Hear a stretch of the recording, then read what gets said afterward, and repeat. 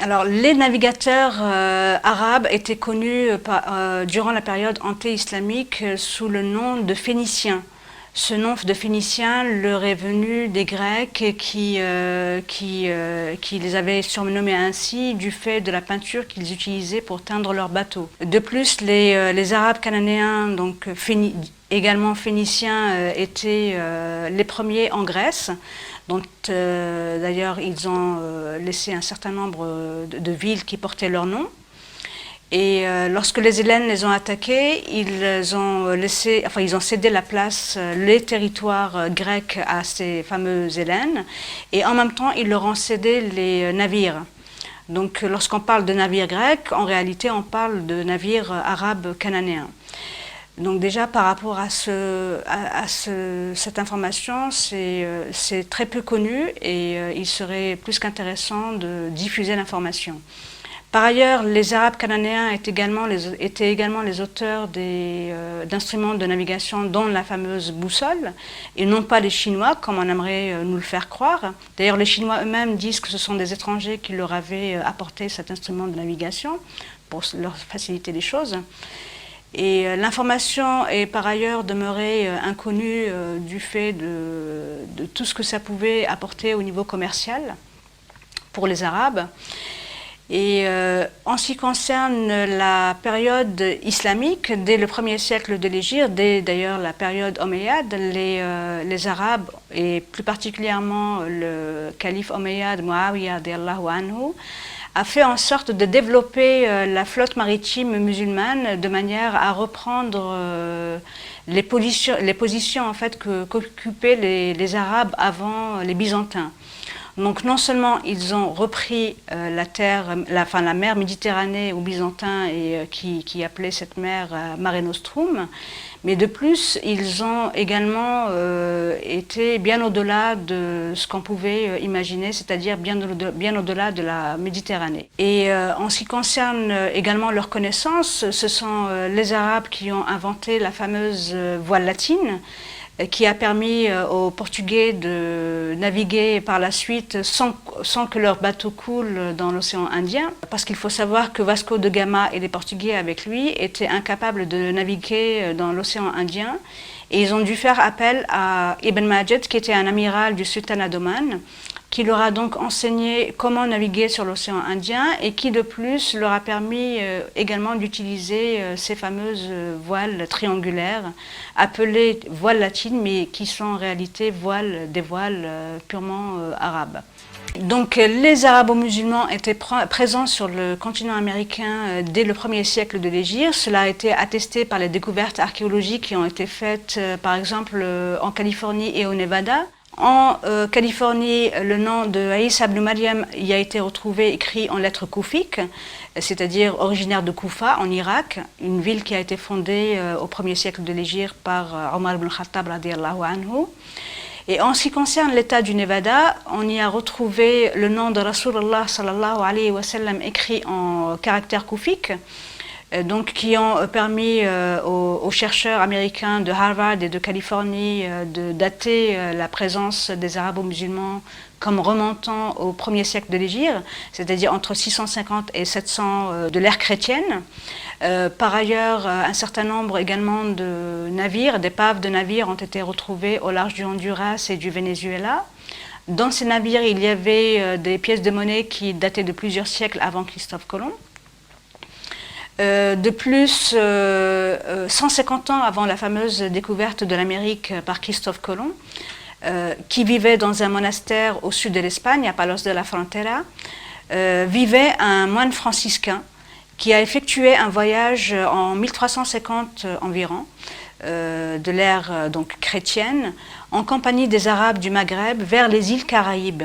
Et à la suite de son voyage, il a écrit un livre qui s'appelle El Libro del Descubrimiento, le livre de la découverte, qui se trouve actuellement à la Bibliothèque nationale de Madrid, qu'on ne peut pas consulter, mais dont une copie scannée a été heureusement mise à la disposition des chercheurs sur des sites tels archives.org. Et il y a également un certain nombre de données, dont celles qui avaient été retrouvées dans les textes chinois, qui datent de 1178 et 1225, qui permettent également aux chercheurs et à toute personne qui souhaite avoir un accès direct à l'histoire et non pas revu et corrigé ou falsifié selon le point de vue à partir duquel on se place, pour donner des informations erronées ou des informations qui sont totalement justes sur la présence justement des Arabes en Amérique et sur les voyages qui étaient effectués par les Arabes sur le continent américain. Alors les Indiens d'Amérique étaient donc, certaines tribus indiennes d'Amérique étaient donc de confession musulmane, et c'est une information qui nous est donnée par l'ancien ambassadeur des États-Unis à Dubaï, qui s'appelle Robert Dixon Crane. Il a écrit un article en 2004 dans lequel il souligne donc cette appartenance à la communauté musulmane des Indiens Cherokees. Il souligne également le fait que les Indiens étaient emprisonnés lorsqu'ils étaient vus en train de faire la prière à la manière des musulmans. Ils jeûnaient durant le mois de Ramadan, et ils ont même instauré dans l'Indiana, donc au nord des États-Unis, sur les terres du grand oncle de l'ambassadeur américain, donc un lieu dans lequel ils pratiquaient le pèlerinage, ou du moins symboliquement ils reprenaient le tawaf sur le continent américain, parce qu'ils ne pouvaient pas se déplacer vers la péninsule arabique. Par ailleurs, durant les années 1830, le gouvernement américain a décidé de déporter les Indiens Cherokees vers le Midwest depuis l'est des États-Unis en plein hiver. Donc les Indiens Cherokees ont compris qu'ils allaient être mis à mort, probablement du fait de leur appartenance à la communauté musulmane. Donc une partie a fui vers le nord. Une seconde partie est morte en cours de route parce qu'il faisait extrêmement froid, et une troisième partie est arrivée à destination. Donc la question que pourrait se poser le lecteur aujourd'hui, c'est comment se fait-il que nous n'ayons pas eu accès à ces données extrêmement importantes pour le patrimoine historique de l'humanité? C'est tout à fait simple. Déjà, les arabo-musulmans avaient été chassés d'Espagne lors de la chute, dès la chute de Grenade.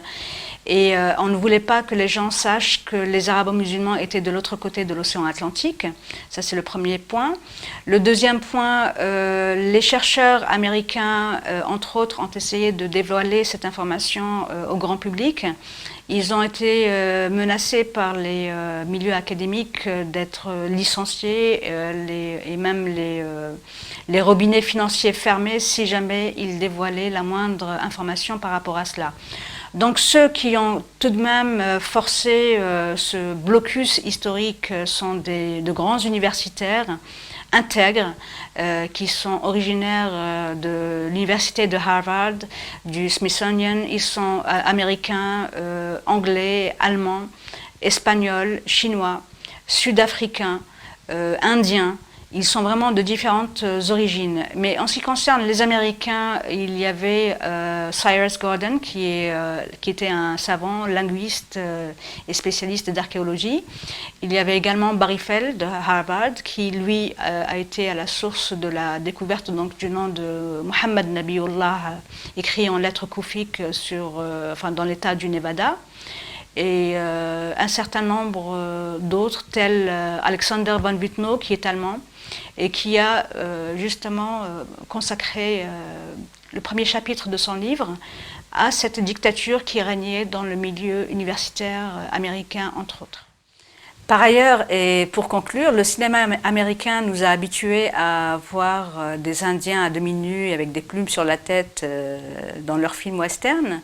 Et il s'est avéré, à travers mes recherches, que les Indiens d'Amérique étaient loin d'être à moitié nus, avec tous des plumes sur la tête. Ils portaient des djellabas, comme vous pouvez d'ailleurs le voir sur cette photo, ainsi que des turbans, qui soulignaient leur appartenance ethnique arabo-musulmane.